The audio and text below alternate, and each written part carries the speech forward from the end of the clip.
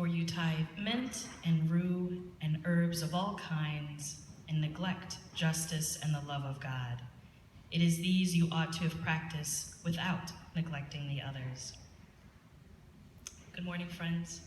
Good morning. I think we've grown a little bit, so thanks for sharing the good news about Bible Half Hour. Thanks for being able to make it. Today will be... No, you can't hear it in the back? Closer? Is that better? Okay. Thank you for letting me know. You know, I have a deeper voice, so sometimes it just kind of just disintegrates.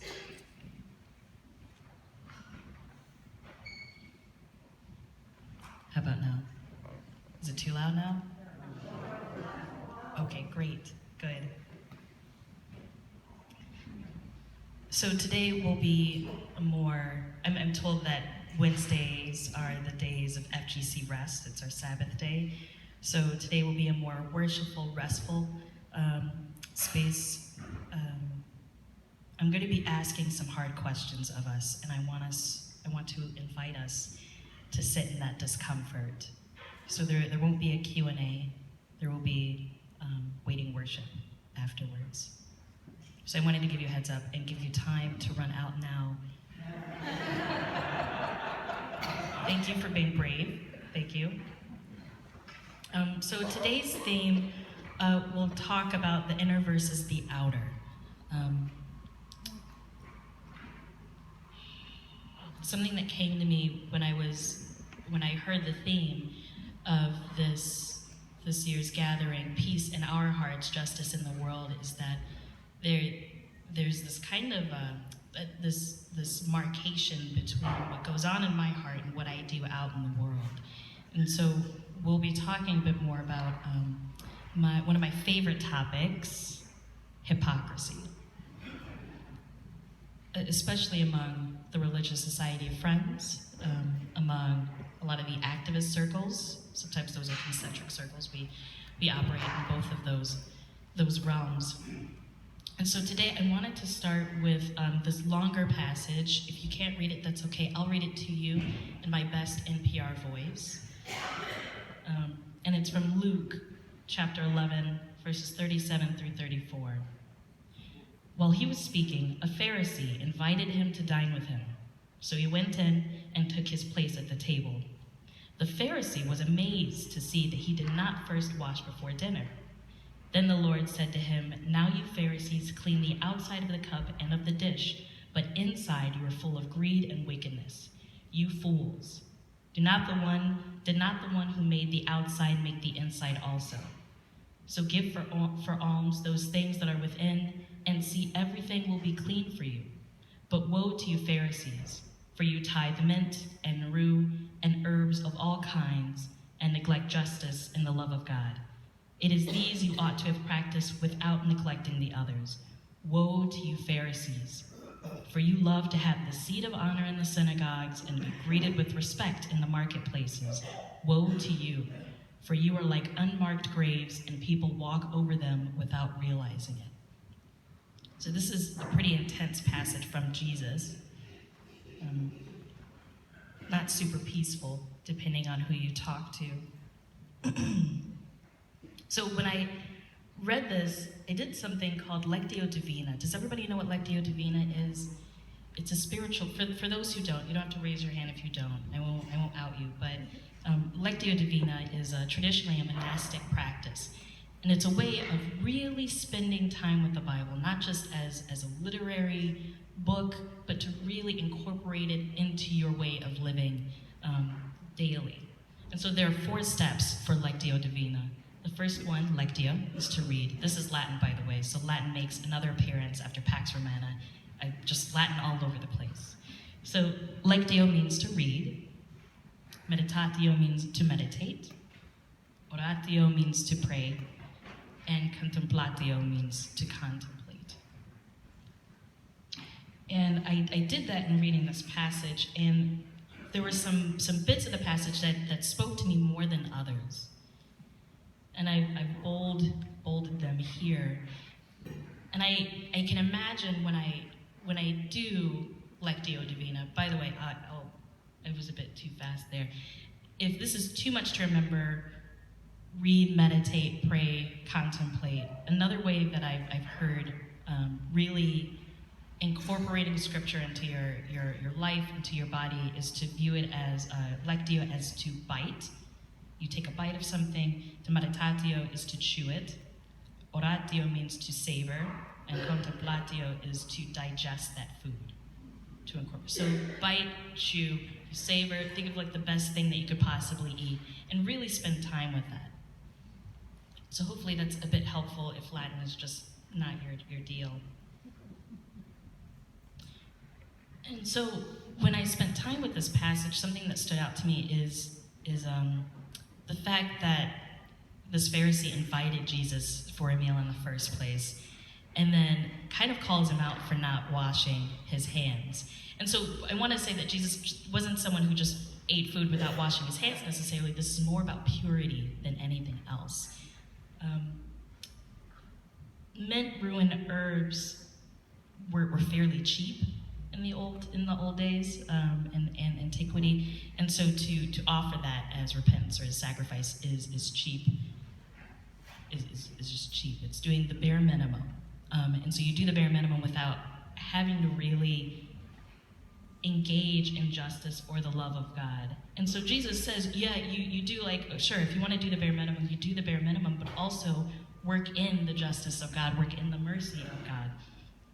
And it's that last part that of wanting seat of honor, of wanting to be recognized, that really also sticks out to me among friends, of wanting to be seen as a good person, as better than you, essentially. Not just a good person, but better than everybody else.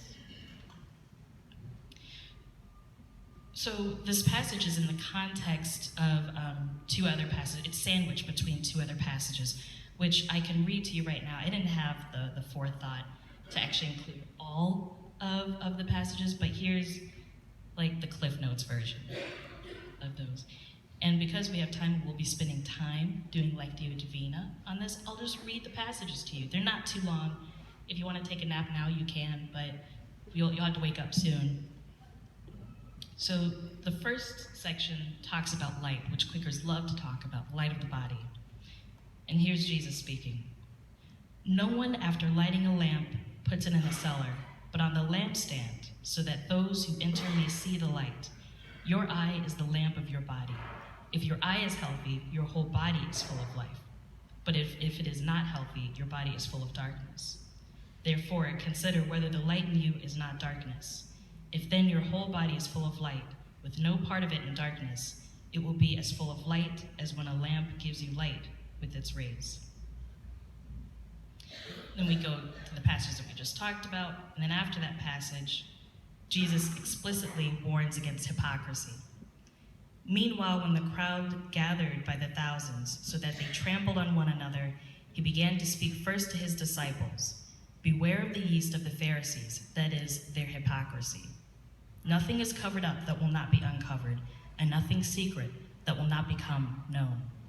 Therefore, whatever you have said in the dark will be heard in the light, and what you have whispered behind closed doors will be proclaimed from the housetops.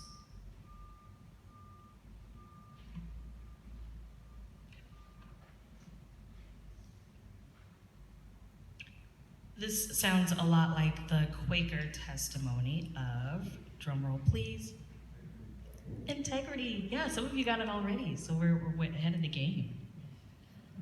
So it sounds a great deal like integrity. And for those folks who were there in the first day of Bible Half Hour, they know I'm quite nerdy. I like looking at the dictionary. English is my first language, and I don't like to assume that we're all on the same page when we speak about language. So I looked up, I used a thesaurus, and I looked up some words that come up when you look at integrity. Honest, honor, correctness, morals, truthfulness. And then Merriam-Webster, my new favorite dictionary, comes up with this curveball, words related to integrity, irreproachability, fairness, and justice. I can get on board with that. Justice is also part of this gathering's theme. So let's look at what it means to be just. Ethical, fair, honest, right. Words related to justice, correct, law-abiding, Pharisaical.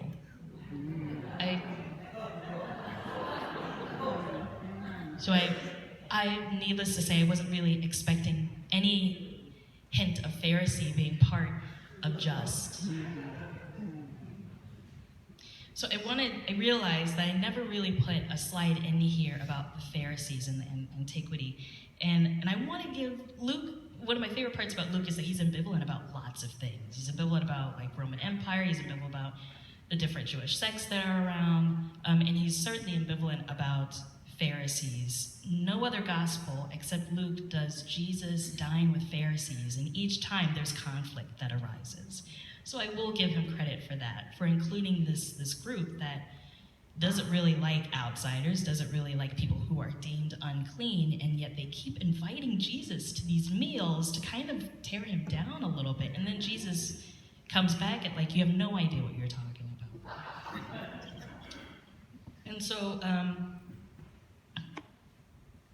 some of the history about the Pharisees, and the part of why I'll give them credit is that I can definitely see where they were coming from at the time. So the Sadducees were much more into temple culture. You don't experience God except by going to temple. Pharisees were more of the lineage of you can experience God by adhering to Mosaic laws. It's about being as holy as possible and doing all of those tenets. Jesus, on the other hand, said God's world is here, God's realm is here. Let us be together right now. And so when I was reading about that and reflecting even more on what this has to say to us today, I was in the contemplatio part of Lectio Divina. I thought of allyship versus ally theater. Allyship, and this section is taken from the Anti-Oppression Network. I would recommend looking them up. They have a variety of great resources, the Anti-Oppression Network. And so they define allyship as an active, consistent, and arduous practice of unlearning and reevaluating, in which a person in a position of privilege and power seeks to operate in solidarity with a marginalized group. Note that it's a practice. I would say this can be considered a spiritual practice. One does not reach a destination of being an ally. It's not an identity. It is a constant practice of learning. It's not an identity or label. You don't just post that on yourself. It's not a sticker and you say, I'm an ally, and then my work is done. This is versus ally theater. Ally theater was coined by Princess Harmony Rodriguez, which is one of the greatest names I have ever heard. No one can top that. And it was in an article she wrote for Black Girl Dangerous. Black Girl Dangerous is a fantastic, not zine, but like website that has some great critical analyses on race, on gender, the whole shebang. Black Girl Dangerous, I would recommend it. And Princess would say that it's ultimately a performance to convey that I am one of the good ones. So we go back to the Pharisees of I am holier than thou. It's not just, it's to prove, usually to ourselves, we'll say ourselves, that we are one of the good ones and not like those other ones there. And I've seen this in Quaker circles a great deal, especially when we start talking about racism. Those other people have issues with it. We as a religious society don't. We've made it. We marched in Washington. We have John Woolman. Like, we'll just keep bringing up John Woolman over and over again to really hide behind, and these friends that we bring up also oftentimes written out of their meetings. There was conflict as a result of it. And so decades later, hundreds of years later, we choose to own them and hide behind them. And I think that's part of the hypocrisy, part of that hiding behind this mask. And Princess Harmony Rodriguez, this is a quote from her, allies who perform theater for a reward, real or imagined, do damage to the communities they're supposed to be allied with. I heard last night in the plenary, and I'm blanking on names, I'm sorry to say, but someone had said that this isn't temporary work, this is a lifelong practice, this is lifelong work that we're doing. And I think that's the difference between allyship and ally theater. And so with that very difficult slide in mind, I have these questions that come out. I was originally going to have a query after this that was going to be a bit broader of how we incorporate our spiritual lives into our daily existence, but I think these questions are also very much a part of that too. So I would like to invite us to sit together, to hold one another as we really question ourselves where our impetus towards justice is coming from.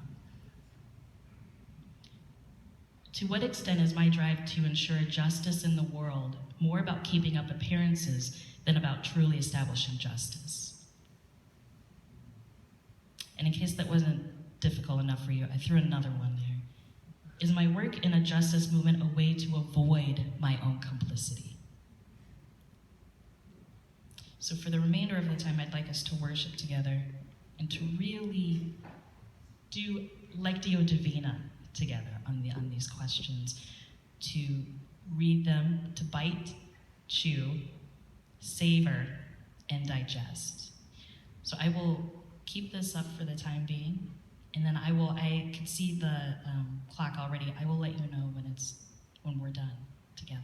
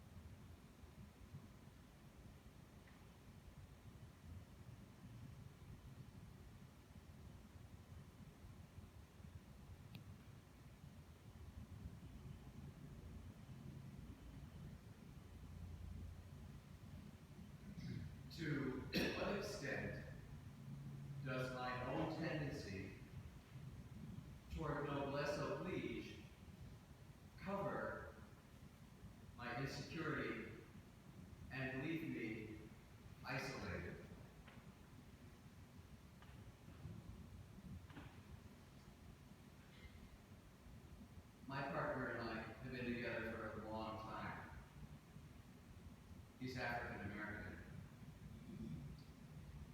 It was about 10 years before he introduced me to his parents. And then, because there was a funeral of a relative in the city where we lived. So they were done. I didn't get a lot of preparatory material. He's a defended person. I understand that. I'm a defended person. But in the preparation, I went to the bus station to pick up his brother. I went to the grocery store and got food for the house so that nobody would have to worry about these things. I did the things that a partner would do. I did not expect, though, to be a part of a family, exactly. I wasn't hoping for that. The large family arrives, the apartment is full, people start talking about things that need to be done, and suddenly, as if by magic, the apartment empties, except I'm sitting across the table from his mother. And I'm thinking, how's this going to go?